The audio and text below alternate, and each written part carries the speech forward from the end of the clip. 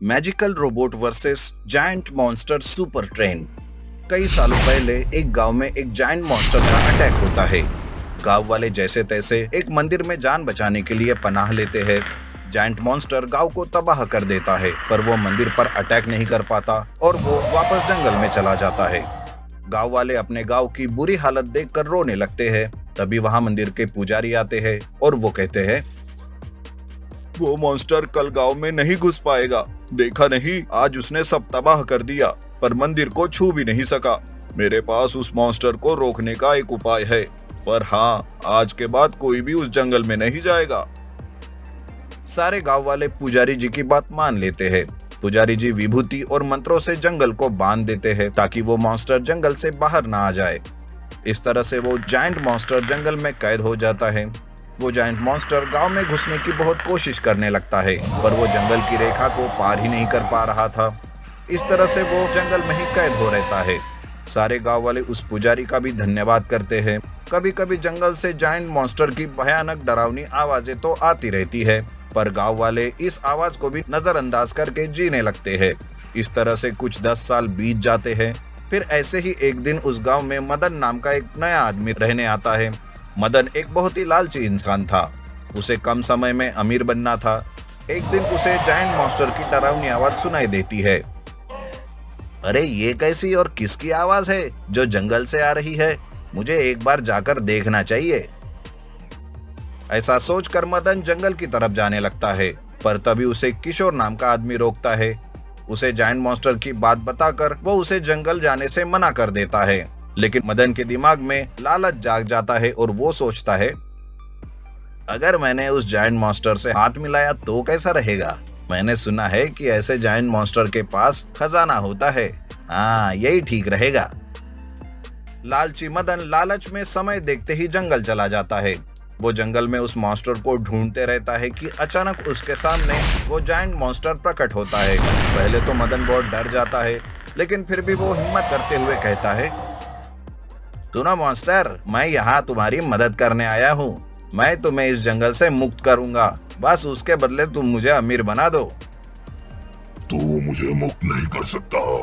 मेरे पास कई सारी जादुई शक्तियां हैं, पर आज तक मैं खुद जंगल नहीं पार कर पाया। मैं तुम्हारी मदद से गांव वालों को परेशान कर सकता हूँ। इतने सालों से जो मैं इस जंगल में कैद हूँ, मैं उसका बदला भी लेना चाहता हूँ। क्या तुम सच में ये कर सकते हो? तब मदन जायंट मॉन्स्टर को समझाता है। जायंट मॉन्स्टर अपनी जादू से एक सुपर ट्रेन प्रकट करता है और कहता है, हर रात इस सुपर ट्रेन को गांव ले जाने का काम तुम्हारा होगा। उसके बदले मैं तुम्हें अमीर बना दूंगा। मदन खुशी से उस सुपर ट्रेन को लेकर गांव जाता है। गांव जाते ही सुपर ट्रेन एक रोबोट में बदल जाती है और गांव में वो तबाही मचाने लगता है। वो घरों की तोड़फोड़ कर देता है और जानवरों को मार देता है। रोबोट वापस ट्रेन बन जाती है और मदन उसे वापस जंगल छोड़ देता है। तब जायंट मॉन्स्टर कहता है, शाबाश मदन, आज मैं तुमसे बहुत खुश हूँ। ऐसा कहकर मॉन्स्टर मदन को ढेर सारा सोना देता है। मदन खुशी से उस सोने को लेकर गांव आता है। अब मदन रोज सुपर ट्रेन को लेकर गांव आता और मजे से गांव की तबाही को देखता रहता। मदन देखते ही देखते बहुत अमीर बन जाता है। गांव वाले अचानक से हुए इस हमले से भी परेशान होते रहते हैं। अब गांव वालों को लगने लगा कि यह सब उसी जायंट मॉन्स्टर का काम है। तब एक दिन किशोर मदन को जंगल से सुपर ट्रेन से आते हुए देख लेता है। तब किशोर सारी बात समझता है। किशोर गांव वालों को लेकर मदन के पास जाता है और कहता है, मदन, अमीर बनने के लालच में तुमने उस जायंट मॉन्स्टर के साथ हाथ मिला लिया। मुझे सब पता चल गया मदन, क्योंकि मैंने अपनी आंखों से देख लिया। मदन पहले तो इस बात को मानने से इनकार करता है, लेकिन जब गांव वाले मिलकर उसे पीटते हैं तब वो सारी सच्चाई उगल देता है और कहता है, अरे मुझे माफ कर दो, मुझे मत मारो, प्लीज मुझे छोड़ दो। मैं आज के बाद उस मॉन्स्टर से कभी नहीं मिलूंगा।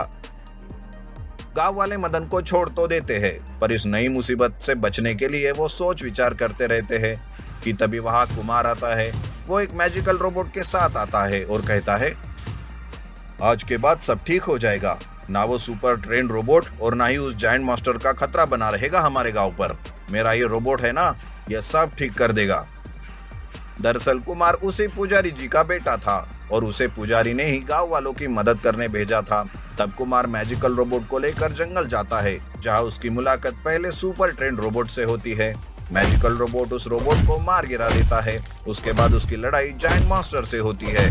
मैजिकल रोबोट मॉन्स्टर को भी मार गिरा देता है और इस तरह से सालों से जायंट मॉन्स्टर जंगल में कैद था वो मारा जाता है और जंगल गांव वालों के लिए खुला हो जाता है। Magical golden bike JCB tractor robot. Ramesh के माँ की तबीयत अचानक से बहुत खराब हो जाती है। वो पैसों के कमी के चलते माँ का इलाज नहीं कर पाता और ऐसे में एक दिन उसकी माँ मर जाती है। रमेश माँ के लिए दुखी था कि तभी उसकी बीवी उससे कहती है, आज जो आपके माँ के साथ हुआ है वो कल मेरे साथ या हमारे बच्चों के साथ हो सकता है। पैसों की कमी से मैं तो अब बहुत तंग आ चुकी हूँ। आपको हमारे भविष्य के लिए कुछ ना कुछ करना होगा। हाँ, तुम सही कह रही हो, मुसीबत में पैसा ही काम आता है। रमेश पैसों के लिए खूब मेहनत करने लगता है, पर हालत वही के वही रहते हैं। ऐसे में एक दिन परेशान होकर वो जंगल जाता है। जंगल में चलते चलते वो एक गुफा में चला जाता है। वहां वो बैठकर रो रहा था कि तभी उसके सामने एक शैतान प्रकट हो जाता है। रमेश उसे देखकर डर जाता है। तब शैतान कहता है, डरो मत रमेश, मुझे तुम्हारी परेशानी का अंदाजा हो गया है। मैं तुम्हारी मदद करूंगा, पर बदले में तुम्हें मेरी शर्त माननी होगी। कैसे तुम मेरी मदद कर सकते हो और ये शर्त क्या है? मैं तुम्हें एक मैजिकल गोल्डन बाइक दूंगा, उससे तुम्हें सोना ही सोना मिलेगा। मैजिकल गोल्डन बाइक के साथ मैं भी गांव में आऊंगा, लेकिन मैं जो कुछ करूंगा उससे तुम मुझे बिल्कुल भी रोकोगे नहीं और ना ही किसी को कुछ बताओगे। ढेर सारे सोने का लालच देख शैतान की यह शर्त रमेश मान लेता है। तब शैतान रमेश के सामने मैजिकल गोल्डन बाइक प्रकट करता है और खुद उसमें समा जाता है। रमेश उस मैजिकल गोल्डन बाइक से घर आ जाता है। घर आते ही उस बाइक से रमेश को खूब सारा सोना मिलता है। रमेश और उसकी बीवी सोना देखकर बहुत ही खुश हो जाते हैं। रमेश सोना बेचकर पैसे घर ले आता है। उसी रात के 12 बजते ही वो शैतान गोल्डन बाइक से बाहर आता है और गांव में घुसकर तबाही मचाने लगता है। शैतान तबाही मचाकर वापस गोल्डन बाइक में समा जाता है। दूसरे दिन गांव वाले गांव की हालत से चिंतित हो जाते हैं। कुछ गांव वाले कहते हैं, अरे कल रात कोई तूफान आया था क्या? देखो तो गांव की क्या हालत हो गई है। नहीं नहीं, मैं तो देर रात तक सोया ही नहीं था। तूफान तो नहीं था, पर हाँ कुछ डरावनी आवाजें आ रही थी, जिस वजह से मैं डर के मारे बाहर भी नहीं निकला और सवेरे देख रहा हूँ तो ये हाल हो चुका है। उधर रमेश को सब बात पता रहती है, लेकिन वो मजबूरी के कारण चुप रहता है। रमेश उस मैजिकल गोल्डन बाइक से अमीर बन जाता है और हर रात 12 बजे के बाद शैतान गांव में तबाही मचाता है। अब शैतान रोज रात को जानवरों को मारकर खाने भी लगता है। गांव के पालतू जानवर कम होते जा रहे थे। तब एक रात उसी गांव में रहने वाला दीपक सोचता है, अरे आखिर ये सब क्या हो रहा है गांव में? मुझे इस राज का पता लगाना ही होगा। अभी जानवर मारे जा रहे हैं, हो सकता है आगे चल के इंसानों को भी खतरा हो सकता है। ऐसा सोचकर दीपक उस रात अकेले ही गांव में पहरा देने लगता है। तब उसे पता चलता है कि ये शैतान का किया धरा है और वो कहां से आता है और कहां जाता है। तब दूसरे दिन दीपक रमेश से मिलता है और कहता है, अरे वाह रे वाह रमेश, थोड़े से पैसों के लालच में तुझे सब कुछ पता होने के बाद भी तू चुप है। क्या तुझे गांव की कोई चिंता नहीं है? दीपक के ऐसे कहने से रमेश को भी अपनी गलती का एहसास होता है और वो कहता है, मुझे माफ कर दो दीपक, लेकिन मैं भी क्या करता। गरीबी के कारण मैं हताश हो गया था, इसी के चलते मैंने उस शैतान से सौदा कर लिया। पर अब मुझे इस मैजिकल गोल्डन बाइक की कोई जरूरत नहीं है। अब तुम इस मैजिकल बाइक को नष्ट ही कर दो। नहीं रमेश, ये इतना आसान नहीं है, मैं देखता हूँ क्या करना है। दीपक को शैतान की ताकत के बारे में पता चला था, इसलिए वो उसका मुकाबला करने के लिए एक ताकतवर जेसीबी ट्रैक्टर रोबोट बनाता है।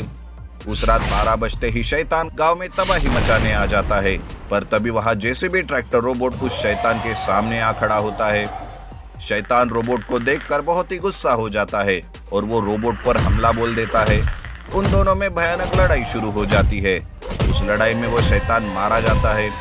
तब शैतान और उस मैजिकल गोल्डन बाइक को जेसीबी ट्रैक्टर रोबोट उसी गुफा में कैद कर देते हैं और गुफा को बाहर से बंद कर देते हैं। इस तरह से जेसीबी ट्रैक्टर रोबोट शैतान से सबकी जान बचाता है और इस तरह से गांव में हर तरफ खुशियां छा जाती है।